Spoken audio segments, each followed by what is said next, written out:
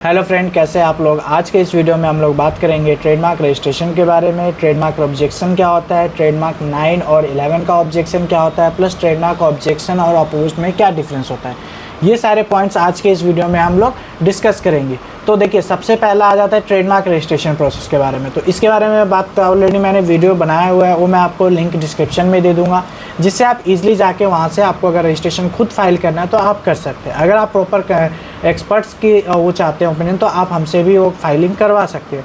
इसमें जो first point आता है कि देखिए आपको किस किस चीज़ का ध्यान रखना चाहिए। तो देखिए, सबसे इंपॉर्टेंट चीज़ आता है कि आपका ट्रेडमार्क जब भी आप अप्लाई कर रहे तो उसमें आपका ऑब्जेक्शन ना आए या तो फॉर्मेलिटी चेक फेल ना है।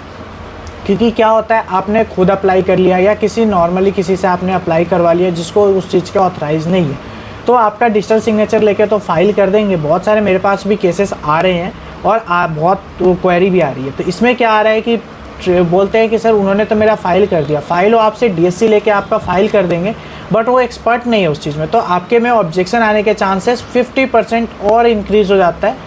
तो उसमें क्या होता है, जैसे ही आप उन्होंने अप्लाई कर दिया, उसके बाद उनको नेक्स्ट प्रोसेस नहीं पता होता है कि कब ऑब्जेक्शन आएगा तो क्या करना चाहिए या हियरिंग आएगा तो क्या करना चाहिए। तो इस केस को समझने के लिए हम चलिए स्टार्ट करते हैं। तो देखिए, जब भी आप अप्लाई कर रहे हैं तो फर्स्ट चीज़ आपको ध्यान रखना है कि वो नेम कॉमन नहीं होना चाहिए या किसी से मिलता जुलता नहीं होना चाहिए। अगर नेम कॉमन है या किसी से मिल रहा है तो आप वो ट्रेडमार्क अप्लाई ना करें, क्योंकि अगर किसी से मिल रहा है तो उसमें आपका 100% चांसेस है कि वो हियरिंग तक आपका जाएगा ही जाएगा केसेस।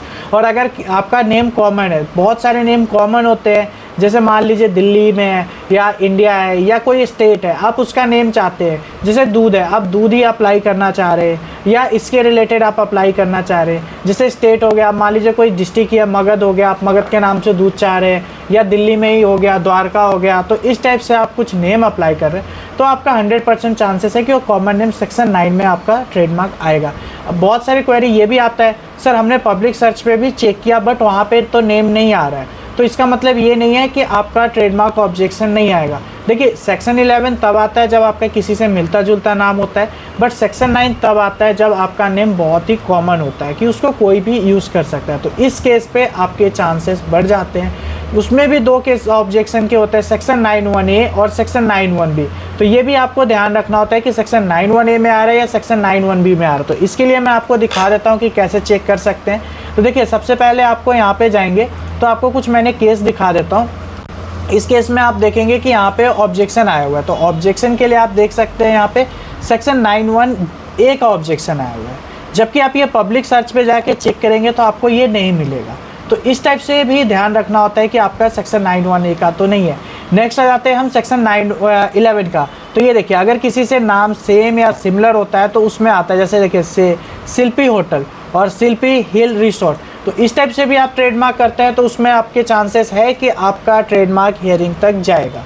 तो ये सब चीज़ों से बचना चाहते हैं आप, तो इससे अच्छा है कि आप कुछ यूनिक नेम रखें जिसके बेस पे आपको ईजिली अप्लाई करें और उसके बेस पे आपका रजिस्टर हो जाए। उसके लिए आपको एक्स्ट्रा कॉस्ट पे ना करें, क्योंकि आप अगर किसी से सिमिलर करते हैं या आपको पूरी नॉलेज नहीं है और आप फाइल करते हैं और उसमें कुछ भी मिस्टेक होता है, क्योंकि पहले क्या होता था, एक TMM फाइल करके आप उसमें जो भी मिस्टेक है वो सारी चीज़ें करेक्ट कर सकते थे। बट आज के टाइम में आपके जितने भी मिस्टेक होंगे उसके लिए आपको पर्टिकुलर एक अलग से फ़ीस पे करना पड़ेगा, 900 रुपीज़ का मिनिमम। अगर आपने 3 चीज़ मिस्टेक की अपने फाइल में तो आपको 2700 रुपीज़ का तो मिनिमम गवर्नमेंट फ़ीस पे करना पड़ेगा, प्लस प्रोफेशनल फ़ीस पे करना पड़ेगा। तो जितने का आपने सेविंग नहीं किया उसमें पैसे बचा के, उससे ज़्यादा आपको लॉस हो जाता है। बहुत सारे मेरे पास ऑलरेडी केस आए, कोई भी प्रोफेशनल उसको चेंज करने के लिए आपसे फ़ीस लेगा। एक क्लाइंट थे, उनका टोटल 4 मिस्टेक थे उसमें, तो उनके उसमें 3600 का तो सिर्फ गवर्नमेंट फ़ीस चला गया था। तो इसलिए बोला जाता है कि कभी भी आप अप्लाई कर रहे हैं तो आप पहले चेक कीजिए कि क्या उस फील्ड में प्रोफेशनल है या नहीं है। अगर नहीं है तो आप फिर किसी और से कंसल्ट कीजिए। तो ये चीज़ें ध्यान रखना है आपको। नेक्स्ट आ जाते हैं हम आप ट्रेडमार्क ऑब्जेक्शन और अपोज। देखिए, जब आपका ट्रेडमार्क डिपार्टमेंट की तरफ से नोटिफिकेशन आता है, जैसे आप ये देखेंगे अभी ये है, तो इसमें देखिए आपका ऑब्जेक्टेड आएगा। ऑब्जेक्टेड का मतलब ये है कि डिपार्टमेंट ने अपनी तरफ से इसमें क्वेश्चन किया है कि ये नेम ऑलरेडी बहुत कॉमन है, हम आपको नहीं दे सकते। तो इसके रिगार्डिंग आपको प्रॉपर एक रिप्लाई फाइल करना होता है। रिप्लाई में आपको बताना होता है कि ये कॉमन क्यों नहीं है, कैसे आप इसको आप यूज़ कर रहे हैं और कितना यूज़ कर चुके हैं। तो बहुत सारे ग्राउंड होता है जो एक एक्सपर्ट को रिप्लाई फाइल करना होता है। आप खुद भी फाइल कर सकते हैं, लेकिन आपको ये नहीं पता होगा, हर केस का सिनेरियो अलग होता है, हर केस में आपको रिप्लाई अलग बनाना होता है। ये नहीं है कि एक रिप्लाई ही का फॉर्मेट आपको मिल गया और आपने उसके बेस पे कर दिया तो आपका जो भी केसेस आपका रिप्लाई पे भी सबमिट होने वाला हो वो भी हियरिंग चला जाएगा। और हियरिंग आने में नॉर्मल आपको जो टाइम लगता है वो अभी के टाइम पे 2 से 3 साल तक जा रहा है। तो एक तो आपका टाइम भी जाएगा, ऊपर से ऐसा भी हो सकता है कि उस नेम को कोई और भी ले सकता है, अप्लाई कर सकता है, तो आपको यहाँ पे प्रॉब्लम फेस करना पड़ेगा। तो इसीलिए अगर इस टाइप की प्रॉब्लम आता है तो आप किसी कंसल्ट से ज़रूर एडवाइस लीजिए कि इस केस में क्या करना है। ऐसे ही अपोज्ड होते हैं, तो अपोज्ड के केसेस के लिए देखिए आप नॉर्मली मैं आपको एक एग्जांपल के बेस पे दिखा देता हूँ। ये देखिए, ये इसमें अपोज्ड है, जैसे इनका ऑलरेडी पहले से रजिस्टर था तो इन्होंने क्या कर रखा है, अपोज्ड कर रखा है। तो अपोज्ड से भी आपको क्लियर हो जाएगा कि किस बेस पे अपोज्ड होता है।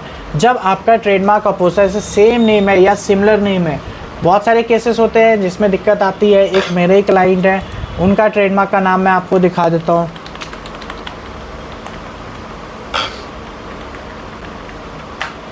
ये देखिए, ये मेरे क्लाइंट का, इनका जो ट्रेडमार्क है वो है दिग्गी, DEEGEMART। इनका क्लाइंट को ट्रेडमार्क जिन्होंने अपोज किया है वो किए डीमार्ट वाले। जो बड़ी कंपनियां होती है वो नहीं चाहती कि कोई भी उनके रिलेटेड या उनसे दूर दूर तक कोई भी इस चीज़ को फेस प्रॉब्लम क्रिएट करे।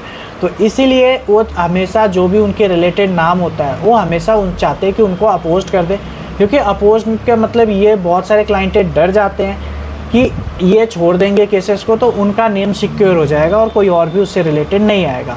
तो इसीलिए डरना नहीं होता है। आपका अगर नेम यूनिक है तो उस केस में आप जाके आगे अपोज कर सकते हैं। अपोज का काउंटर स्टेटमेंट फाइल होता है। काउंटर स्टेटमेंट वितिन आपको 2 मंथ्स के अंदर फाइल करना होता है जब भी अपोज होता है। अपोज का काउंटर स्टेटमेंट फाइल करने के बाद आपको उसमें प्रॉपर किसी भी एडवोकेट से या जो कंसल्टेंट है, एक्सपर्ट, उनसे आप बात करके एविडेंस फाइल करना होता है। एविडेंस फाइल करने के बाद आपको कुछ टाइम तक वेट करना होता है। जब आपका एविडेंस फाइल हो जाता है फिर आपको हियरिंग का टाइम दिया जाएगा। हियरिंग जो होता है अभी के टाइम में जो लेटेस्ट चल रहा है वो 3 से 4 ईयर्स तक का वेटिंग है, बट आप उस बेस में आप TM यूज़ कर सकते हैं, उसमें आपको कोई प्रॉब्लम नहीं आएगा।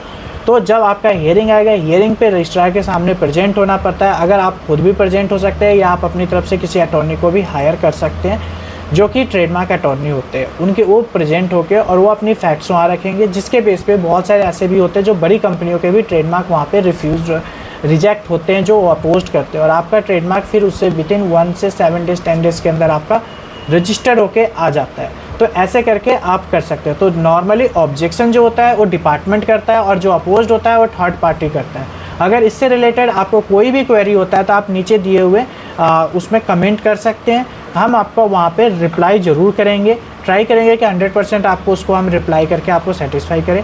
वीडियो अच्छी लगी हो तो लाइक ज़रूर कीजिएगा और चैनल को सब्सक्राइब जरूर कर लीजिए, जिससे कि आपको कोई भी अपडेट आता रहेगा तो आपको टाइम टू टाइम पता चलता रहेगा। थैंक यू एंड धन्यवाद।